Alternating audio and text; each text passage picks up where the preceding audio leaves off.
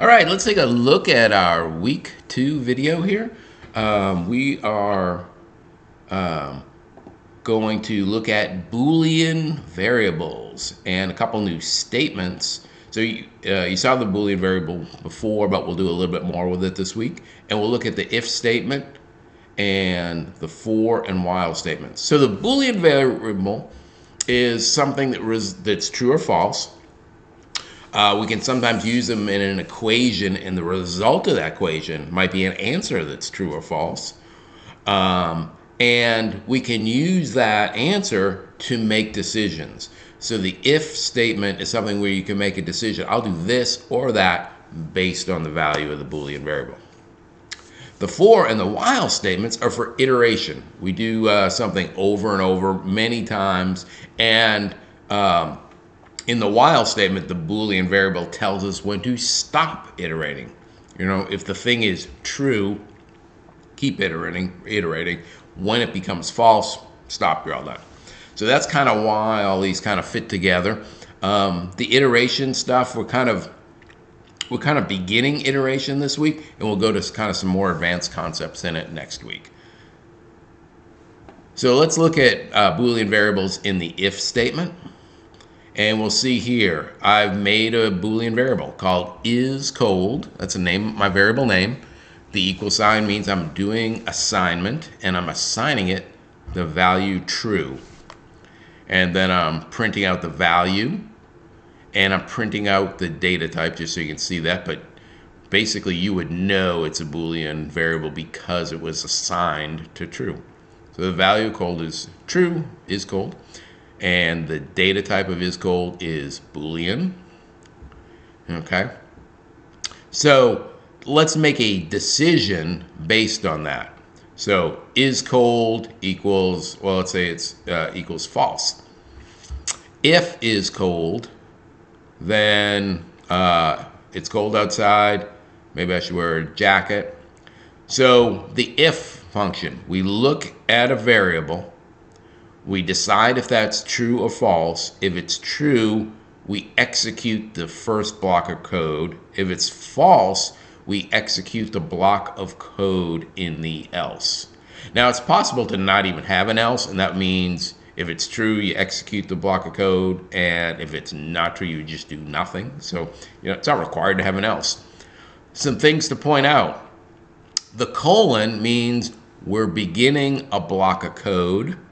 And a block of code is indicated by the indentation. So these two print lines are indented. Therefore, they're in the same block of code. And this is the block of code that gets executed after the if it's true. Else is the same way. It has a colon and the block of code. The block of code only happens to be one line. Indentation is critical. These lines have to be lined up for this to work right.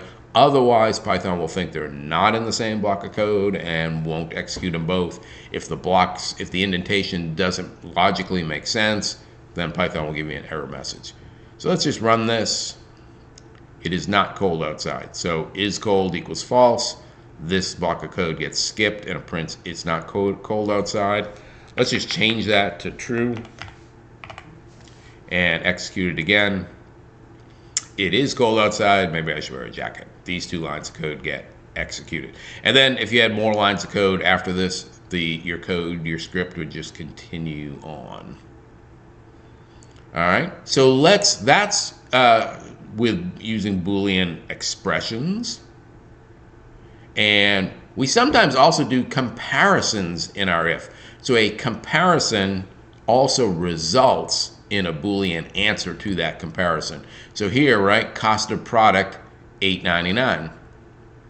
If cost of product less than 2.00, right? So that's a comparison. We're saying, is the cost of the product less than 2.0? And that will result in a true if, in fact, it is less than 2.0. In this example, it's $8.99, so it's false. So that means you skip that block of code. And here's something new, elif. Sometimes you have more than one thing to check. So now we're saying, is cost of product less than $7.50? If that were true, we'd print out the next line. Again, in this example, that's false. So we go down to the ELF. We've failed both of those comparisons, and having failed that, we go to the else. Click here. That's expensive. But look, right? If this were, I'll change the 8 to a 1, right? And now it says that's cheap. If the cost of product is less than 2, print cheap. Realize now that you see the second one, 199 is in fact less than 750 also, right? But once one thing has become true and you do that thing, you just do that and then you leave the whole if construct. So that's cheap is all that gets printed out. You would have to fail the first one and the second one be true for it to say that's reasonable. So if we did something like, if we put a 3 here, then if cost of product is less than 2, it failed that. So then it went to the elif. The elif says if cost of product is less than 750, print reasonable. It printed that. And then since this was true, it skipped the else. So again, if you're trying to do something, the reasonable is only being printed for products between 2 and 750 because these checks happen in order. So that's something maybe sometimes a little unexpected the first time you see it, right? You might think more than one of these would fire off, but only one does.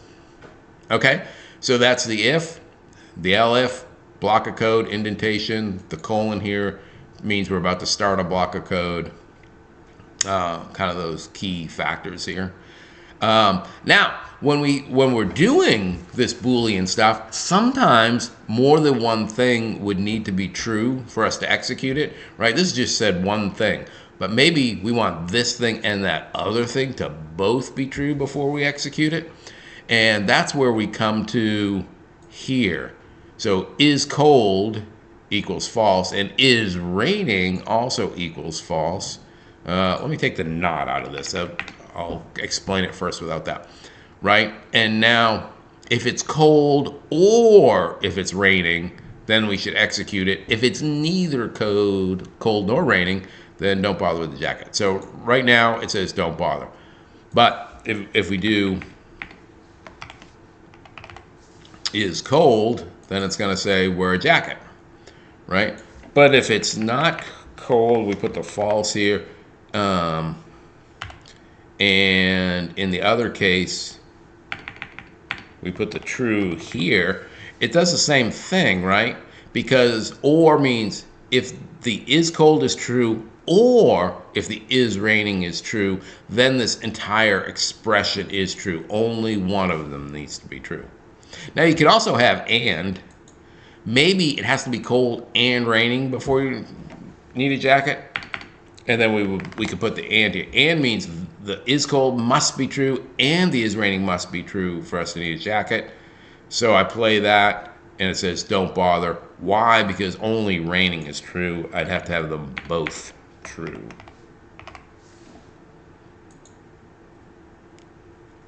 All right.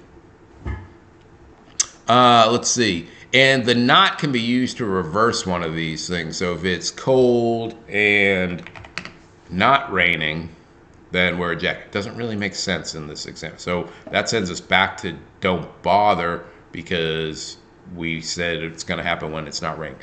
Doesn't really make good sense in this example. But I can make the is raining false, and now it's going to say wear a jacket because is raining is false.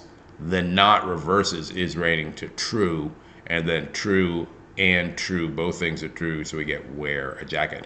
That's a good thing to practice with. You know, try some variables, try some things, and try some different combinations of ands and nots. All right. So that is how Boolean variables work, how they're evaluated and used, and how we use them within the if construct to make decisions about doing different things. You know, it might be if customer has good credit, then give them a loan, something like that. All right, let's move down to the for statement. The purpose of the for statement is to iterate through an iterable object. A string is kind of our simplest form of iterable object. So here, my sentence equals is a sentence. That makes sense, right? We're just taking a string, assigning it to a variable. We printed it out. This is the sentence. Print my sentence 0 to 5. Remember, that's our slicing, indexing and slicing of the variable. So it just printed out the word this. So that's kind of, we should have seen before. But here, let's do a loop. And here I say, when I say for current character in my sentence, current character is a new variable that I'm introducing. It will be assigned the first letter of the sentence.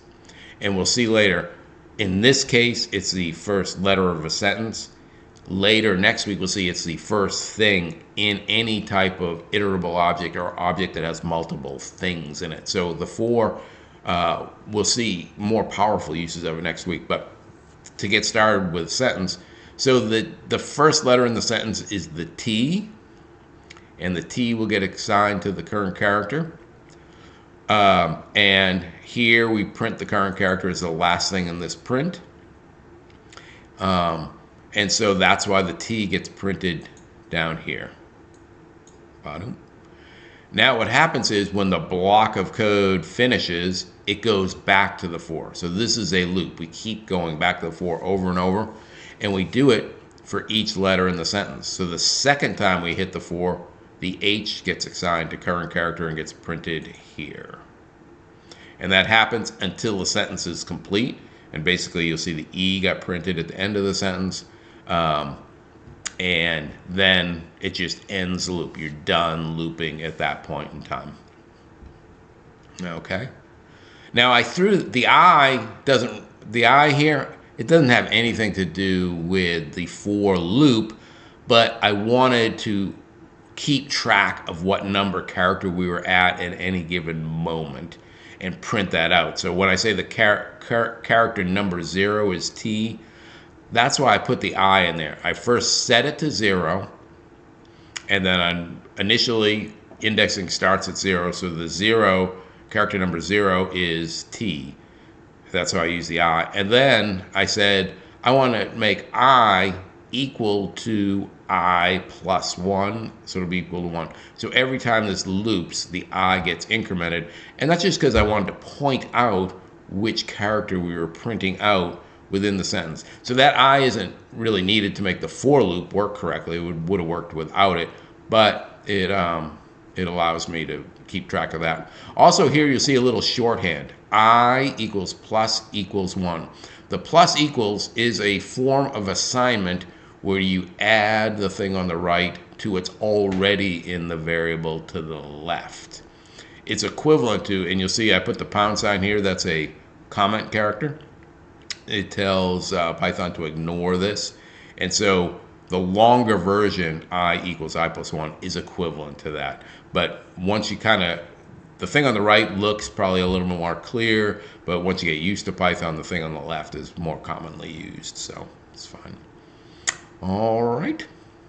So that's the for loop, and it assigns the first thing in some sort of list of things to a variable and does something with that, and then loops so you're doing that thing for everything in the list. Think of a more complicated business example. It could be do something for each customer in your customer database, right? And then it could be doing something more significant. It might be sending them an email or something. But so this will get more complicated as the course goes on. A second type of iteration will go down here to the while statement. So instead of doing something for everything in a list like the for did, this just has a particular condition. Again, a Boolean expression. If the Boolean expression is true, keep executing the block of code over and over until it becomes false. And when it's false, then you can break out of it. So here we said x equals 0, and while x is less than 10. So the first time you hit this loop, obviously x is less than 10, so x is less than 10 will be evaluated to true. We will print out x is less than 10, and then we'll add 1 to x.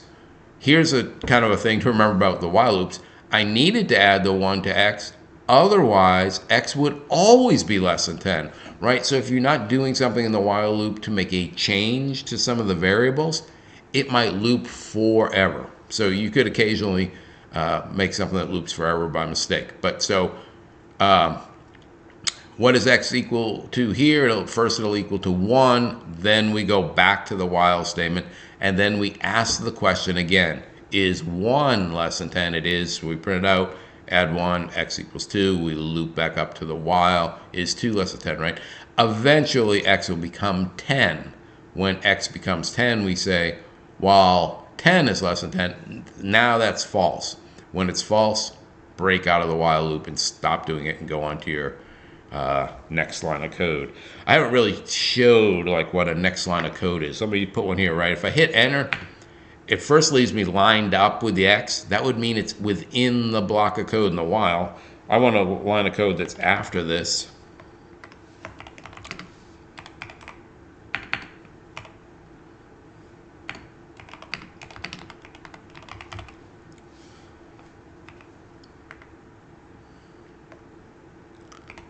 And again, you'll see that you have those squigglies there. I made a couple errors. See if you can figure out the errors before I fix them.